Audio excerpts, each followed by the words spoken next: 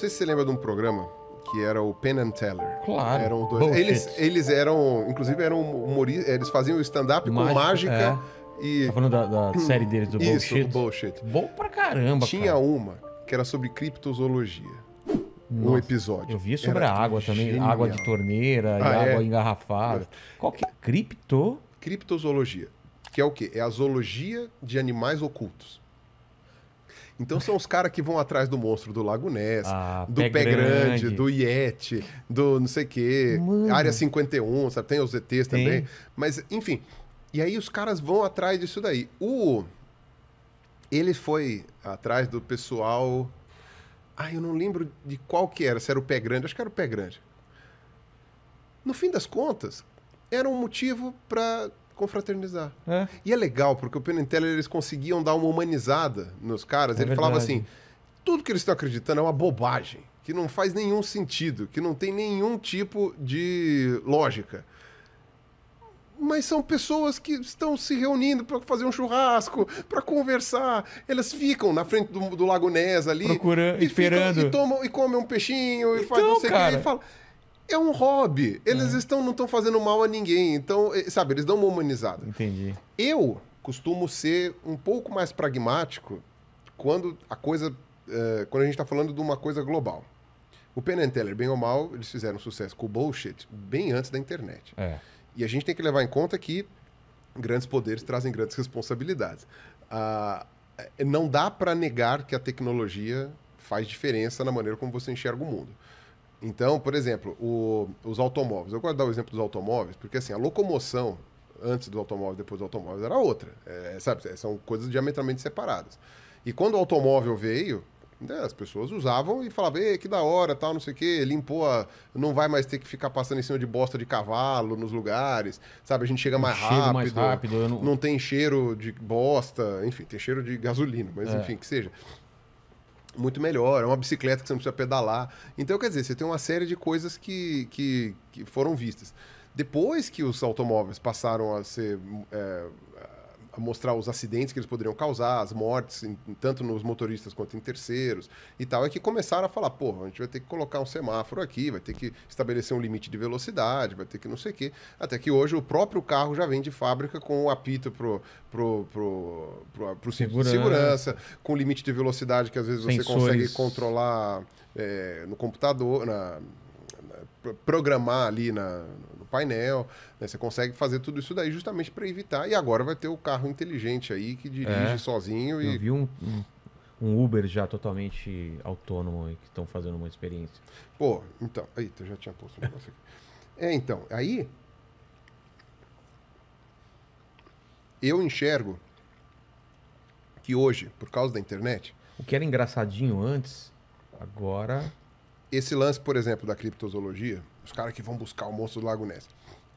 Beleza, a criptozoologia em particular é uma coisa meio difícil, porque é muito difícil você provar uma ausência. Tem como você provar ausências? Por exemplo, eu posso dizer que não existem duas luas orbitando a Terra. Tipo, a ausência da segunda lua. Eu posso dizer que é isso. Mas é um exemplo extremo. Geralmente você não consegue provar uma ausência. Prova que você nunca traiu sua mulher. Por exemplo, então, se eu nunca traí, ela é uma... Isso aí, inclusive, é usado... o pessoal usa em retórica, o nome é evidência diabólica. Como assim? Que é a evidência que você nunca vai conseguir fornecer. Independente de ser verdade ou mentira. Prova Entendeu? que você nunca traiu. Bom, se eu nunca traí, eu não tenho prova. Exato. Eu não tenho prova. Entendi. E aí é que esse é o ponto. É a mesma coisa para o Pé Grande, por exemplo, ou não? É mais ou menos isso. O que acontece? Me prova que não existe o Pé Grande? Me prova que não existe. Você não tem como provar que não existe, porque você não... Tipo, sei lá, ele usa... se fosse numa ilha pequena, ainda assim tem dificuldade. Mas se a ilha for bem pequena, você consegue provar a ausência de alguma coisa. Mas, em geral, os espaços são muito grandes. Esses bichos escondidos geralmente se escondem muito bem. Então você não consegue provar que não existe. Mas, em compensação, e aí que funciona o método científico, você não tem nenhuma boa razão para achar que existe. A hipótese inicial de que aquele bicho existe já é furada. Mas não tem aquela... Não sei se é balela de livro que eu li ou se é verdade o lance do cisne negro. Que dizia que não existia cisne negro até o pessoal observar um cisne negro. Sabe essa história ou não? Se é verdade ou Então, não? na verdade, isso daí não é uma história. Isso daí é como se fosse uma parábola. É. É um exemplo que foi dado. Que a ciência, você não consegue provar que todos os cisnes são brancos. Mas você consegue dizer que até hoje não encontraram nenhum cisne de outra cor. Então, e você só consegue falsear a sua ideia se você encontrar esse cisne de outra cor. Então, por exemplo, se eu falo assim, todos os cisnes são brancos. Essa é a minha afirmação. Tá. Aí eu apresento para você a foto de 1 milhão de cisnes brancos. Tó. Isso prova que não tem cisne branco, que não tem cisne de outra cor. Você fala, não. Você só não achou. Você só não achou, né? Só que é meio que impossível você saber quantos cisnes tem no mundo e quais são, a menos que seja uma espécie daquelas que estão muito em extinção.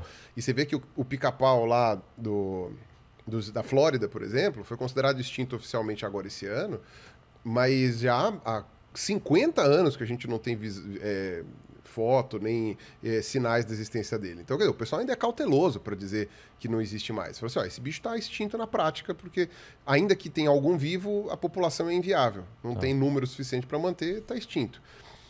Então, tirando esses casos, no caso do cisne, que é um bicho muito comum, você não tem como dizer que tipo, não existe cisne de outra cor, você só não achou. E como você falseia essa hipótese? Achando esse cisne de outra cor. Não, mas então, você não falseia, você prova. Eu achei um cisne negro, fotografei e mostro para você. Exato, mas você só consegue provar, você só consegue testar.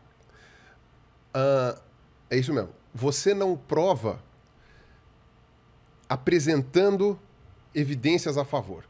Você prova não encontrando evidências contrárias.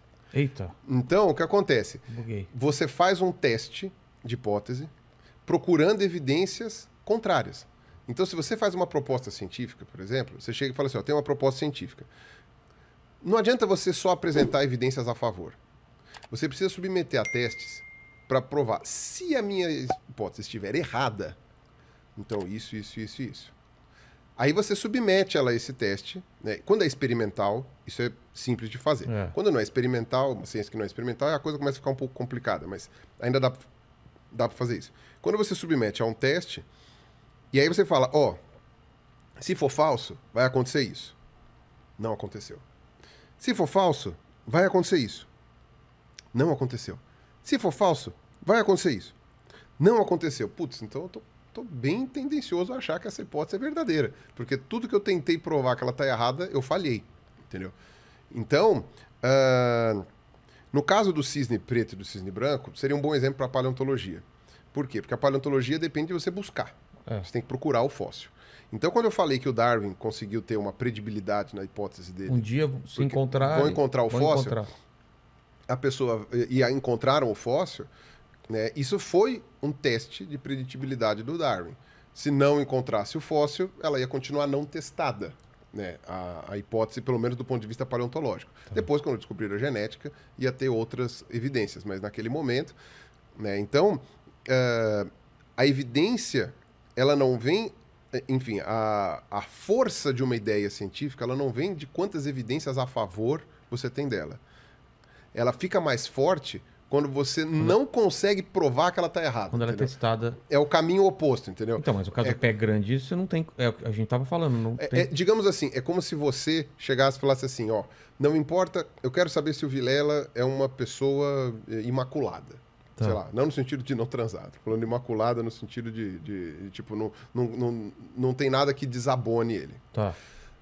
Não importa quantas coisas boas eu acho de você. Se achar uma ruim... Eu tenho que procurar coisa ruim, entendeu? Você tem que falar assim, não adianta eu ficar listando que ele ajudou uma velhinha a atravessar a rua, que ele dá donativos para ajudar, sei lá, crianças carentes, que ele faz não sei o quê. Eu tenho que procurar o podre dele, para testar essa minha hipótese de que ele é uma boa pessoa. Se eu não achei podre nenhum, a probabilidade desse monte de coisa boa que ele faz ser uma evidência de caráter dele é maior. Entendeu? Então seria, entendeu? Você tem que procurar as falhas e não achá-las. E no caso da ciência, você consegue testar essas falhas, quando é uma ciência experimental ou quando é uma ciência histórica que permite esse tipo de coisa, como é o caso da evolução. Então você faz o teste. Se os animais não possuem parentesco, Então, quando eu comparar o DNA deles, eles vão ser diferentes, provavelmente. Entendeu? Então, eu vou lá e comparo. Putz, está parecido. Se os animais não possuem parentesco, entendeu? Ou seja, como que eu posso fazer para provar que está errado? E quando você tenta provar que está errado, você não acha. Então, esse exemplo do cisne não adianta ficar procurando o cisne branco. Você tem que procurar o cisne preto. Ou de qualquer outra cor. Verde, Entendi. azul, cor de abóbora, não importa. E no caso do pé grande, é isso. Você não tem bons motivos para achar que o pé grande está lá. Pelo menos na questão dos ETs, por exemplo, porque nenhuma evidência foi boa o suficiente para você provar que está lá. Então, a pergunta já sai equivocada no sentido de busca. Vou procurar um elefante rosa e verde. Isso. Por que Por você quê? vai fazer isso? Por que eu vou fazer isso? Agora, em compensação, você gera uma evidência diabólica se você chega e fala assim, olha, eu quero, como é que se fala? Me prova que o pé grande não existe. Porque você não prova uma ausência nesse sentido, entendeu? Uma coisa que é tão difícil de você conseguir evidenciar e que você nem tem boas razões para acreditar que existe. Entendeu? Então, provar uma ausência nesse caso é uma evidência diabólica. É o exemplo da traição que você falou. Entendi. Se eu não trair, eu não tenho evidência. Se eu não tenho evidência, então como é que eu provo que eu não traí? Não dá. Então, você tem que achar uma prova de uma traição.